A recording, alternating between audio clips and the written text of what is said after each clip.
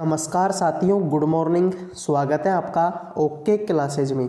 आज के इस वीडियो में हम बात करेंगे इम्पोर्टेंट जीके जीएस के प्रश्नों के बारे में।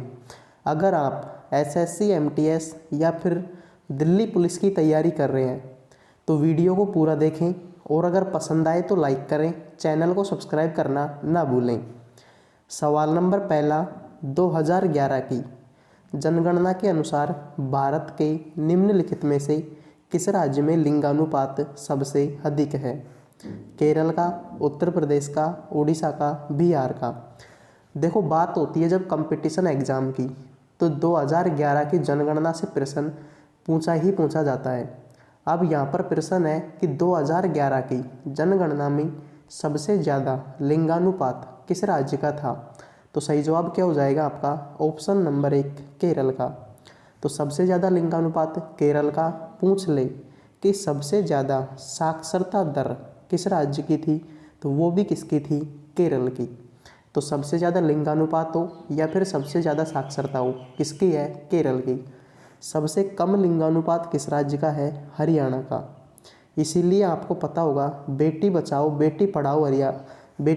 बेटी पढ़ाओ अभियान की शुरुआत कहाँ से हुई थी? हरियाणा से। अगला प्रश्न है, विजय हजारे ट्रॉफी 2021-22 किस टीम ने जीती?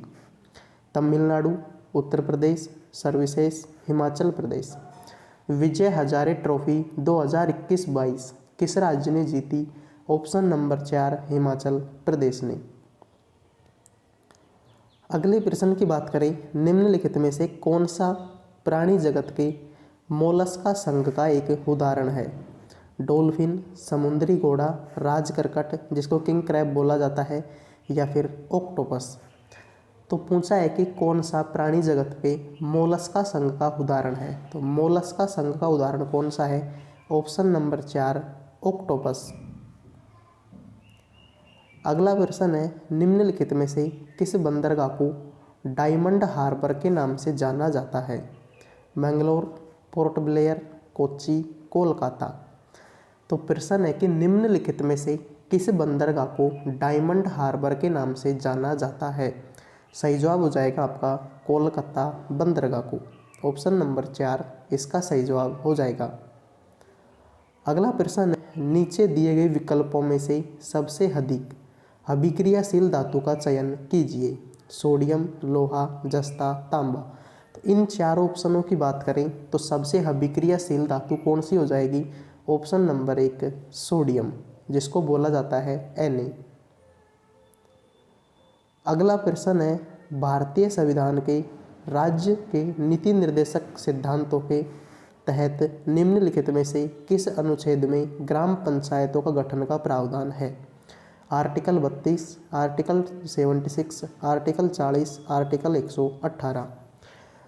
तो ग्राम पंचायतों का गठन किस आर्टिकल में है? आर्टिकल नंबर 40 में। अगला प्रश्न है, लूर भारत के किस राज्य का लोक नृत्य है? वेरी वेरी इंपॉर्टेंट प्रश्न। मणिपुर, केरल, कर्नाटक, हरियाणा।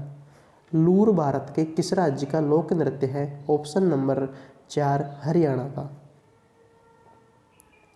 अगला प्रश्न है, कादरी गोपालनाथ का संबंध निम्न में से किससे है? सितार से, तबला से, सैक्सोफोन से, बांसुरी से। कादरी गोपालनाथ का संबंध किस से है? ऑप्शन नंबर 3 सैक्सोफोन से। अगला प्रश्न, फरवरी 2022 में किस भारतीय राज्य ने घोषणा की थी कि राज्य में कैंसर को रोकने के लिए होप एक्सप्रेस शुरू की जाएगी? वेरी वेरी इंपॉर्टेंट प्रश्न। महाराष्ट्र, छत्तीसगढ़, कर्नाटक, उड़ीसा। तो होप एक्सप्रेस शुरू करने की घोषणा किसने की थी? ऑप्शन नंबर 1 महाराष्ट्र ने। अगला प्रश्न है, धर्म सूत्रों में खालिस्तान शामिल है। साम्राज्य पर कब्जा करने की तरकीब, केवल महिलाओं के कर्तव्य, शासकों के कर्तव्य, श्लोकों का पाठ करने की तकनीक। तो धर्म सूत्रों में क्या शामिल है? शासकों के कर्तव्य। शासकों के साथ में प्रजा के कर्तव्य भी किसमें शामिल है? धर्म सूत्रों में। अगला प्रश्न है, निम्नलिखित में से कौन सा निकाय मानव विकास रिपोर्ट प्रकाशित करता है? संयुक्त राष्ट्र खाद्य संगठन, संयुक्त राष्ट्र मानव संसाधन विकास, संयुक्त राष्ट्र विकास कार्यक्रम, विश्व स्वास्थ्य संगठन। तो निम्नलिखित में से कौन सा निकाय मानव विकास रिपोर्ट प्रकाशित करता है? ऑप्शन नंबर 3 संयुक्त राष्ट्र विकास कार्यक्रम। अगला प्रश्न है, गरीबी रेखा गरीबों को स्थान के आधार पर मापती है? आय स्तर या उपयोग व्यय के आधार पर, केवल बचत के आधार पर, आय स्तर और साक्षरता दर, या फिर केवल व्यय पर। तो गरीबी रेखा जो है गरीबी को किसके आधार पर नापती है? आय स्तर और साक्षरता दर के आधार पर। वीडियो अगर पसंद आ रहा है तो लाइक जरूर करें। अगला प्रश्न है, करदांग मठ जो एक बौद्ध तीर्थ स्थल है किस भारतीय राज्य में स्थित है? गोवा, केरल, हिमाचल प्रदेश, झारखंड। तो करदांग मठ आपने भी इसका नाम सुना होगा, किस राज्य में है? ऑप्शन नंबर 3 हिमाचल प्रदेश में। अगला प्रश्न है, कमला नारायण को किस शास्त्रीय नृत्य के लिए जाना जाता है? वेरी वेरी इंपॉर्टेंट प्रश्न। ओडिसी, कथकली, भरतनाट्यम, कथक। कमला नारायण को किस शास्त्रीय नृत्य के नाम से नृत्य के लिए जाना जाता है? ऑप्शन नंबर 3 भरतनाट्यम से। अगला प्रश्न है, 1526 में पानीपत युद्ध में रिक्त स्थानों को बाबर ने पराजित किया था? बहलोल लोदी बिल्कुल नहीं, सिकंदर लोदी बिल्कुल नहीं, राणा लोदी बिल्कुल नहीं, इब्राहिम लोदी इसका क्या हो जाएगा सही जवाब। 1526 में पानीपत का कौन सा युद्ध हुआ था? प्रथम युद्ध। दूसरा हुआ था 1556 और तीसरा हुआ था 1761। तो प्रथम युद्ध में बाबर की जीत हुई थी और इब्राहिम लोदी की क्या हुई थी? हार। अगला प्रश्न है, आईसीसी पुरुष T20 विश्व कप 2024 की सह मेजबानी इनमें से किस देश के द्वारा की जाएगी? श्रीलंका, संयुक्त राज्य अमेरिका, ऑस्ट्रेलिया, यूनाइटेड किंगडम। तो आईसीसी पुरुष T20 विश्व कप 2023 की सह मेजबानी कौन करेगा?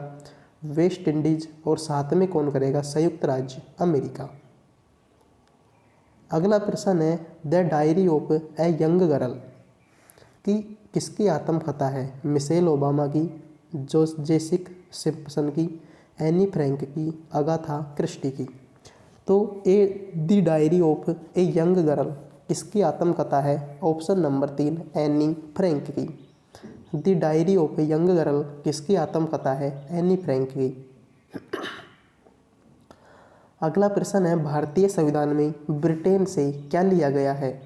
संसाधनक शासन प्रणाली, मौलिक अधिकार, न्यायिक पुनरावलोकन, मौलिक कर्तव्य। भारतीय संविधान में ब्रिटेन से क्या लिया गया है? ऑप्शन नंबर 1 संसाधनक शासन प्रणाली। मौलिक अधिकार तो कहाँ से लिए गए हैं? अमेरिका से। अगला प्रश्न है, निम्नलिखित में से कौन सा सुमेलित नहीं है? कैगा परमाणु शक्ति संयंत्र कर्नाटक बिल्कुल सही है। नरोरा कहाँ पर है? ये सुमेलित नहीं है। नरोरा कहाँ पर है? उत्तर प्रदेश में। तारापुर नाभिकीय रिएक्टर महाराष्ट्र बिल्कुल सही है। कुडनकुलम नाभिकीय शक्ति संयंत्र कहाँ पर है? तमिलनाडु।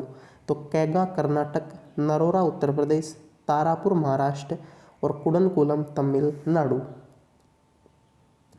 अगला प्रश्न है, किस नियम के अनुसार स्थिर तापमान पर गैस का आयतन दाब के व्युत्क्रमानुपाती होता है? बोयल के नियमानुसार, चार्ल्स के नियमानुसार, गे-लुसाक के नियमानुसार, ग्राहम के नियमानुसार। तो किसके नियमानुसार स्थिर तापमान पर गैस का आयतन दाब के व्युत्क्रमानुपाती होता है? ऑप्शन नंबर 1 बोयल के नियम के अनुसार। अगला प्रश्न है, ओजोन परत के क्षय का मुख्य कारण निम्नलिखित में से क्या है? ज्वालामुखी विस्फोट, विमान ईंधन, क्लोरोफ्लोरोकार्बन, रेडियोधर्मी किरणें। ओजोन परत के क्षय का मुख्य कारण निम्नलिखित में से क्या है? Option number 3 chlorofluorocarbon. अगला प्रश्न है, सापेक्षता का सिद्धांत किससे संबंधित है? WC Roentgen, Kelvin, Newton, Albert Einstein. सापेक्षता का सिद्धांत किसने दिया था? ऑप्शन नंबर 4 अल्बर्ट आइंस्टीन ने।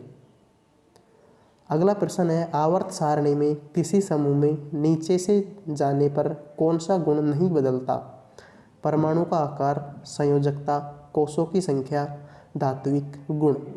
आवर्त सारणी में किसी समूह में नीचे से जाने पर कौन सा गुण नहीं बदलता? Option number 3 संयोजकता।